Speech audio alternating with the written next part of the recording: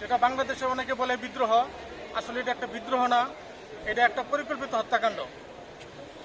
25-26 ফেব্রুয়ারি 2009 উদ্দেশ্য প্রণোদিতভাবে আমাদের বিডিআর দুর্ঘটনা ঘটানো হয় এবং বড়ইমারি যুদ্ধে আমাদের 11 জন বিডিআর প্রায় 300 লোকের কমান্ডো বাহিনী ভারতের ক্ষতিগ্রস্ত হয়। 92তে মেহেরপুরের আন্ডারে কাজীপুর যুদ্ধ হয়, সেখানে অনেক ক্ষয়ক্ষতি হয় বিএসএফের। এইগুলার প্রতিশোধ নেওয়ার জন্য এই বিডিআরকে ধ্বংস করা হয় 25-26 ফেব্রুয়ারি 2009 এবং বিডিআরকে ধ্বংস করে ভারত বিভিন্ন ধরনের বাংলাদেশের ভিতরে অনেক কিছু অকর্ম কুকর্ম দুর্ঘটনা ঘটায়।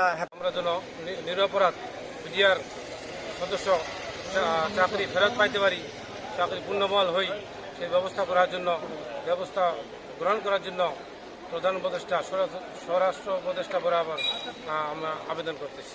এবং বর্তমান যে পরিস্থিতি চলছে, ছাত্র আন্দোলনের মাধ্যমে দেশের যে ব্যাপক পরিবর্তন এসেছে, সেই পরিবর্তনের অংশ হিসেবেই আজকে আমরা এই বিডিআর ভাইরা একত্রিত হয়েছি আমাদের এই ন্যায্য দাবি, আমাদের পুরনো সম্মান ফেরত পাওয়ার জন্য এবং আমাদের যেই দুর্গতি চলছে, যে ভাইরা জেলে বন্দী অবস্থায় আছে, যাদের যে মানবতার জীবন, এর একটি ন্যায্য দাবি এবং ন্যায্য বিচার এবং আমাদের হারানোর সম্মান ফিরে পাওয়ার উদ্দেশ্যে আজকে আমরা জেলা প্রশাসক মহোদয় বরাবর একটি স্মারকলিপি দিয়েছি।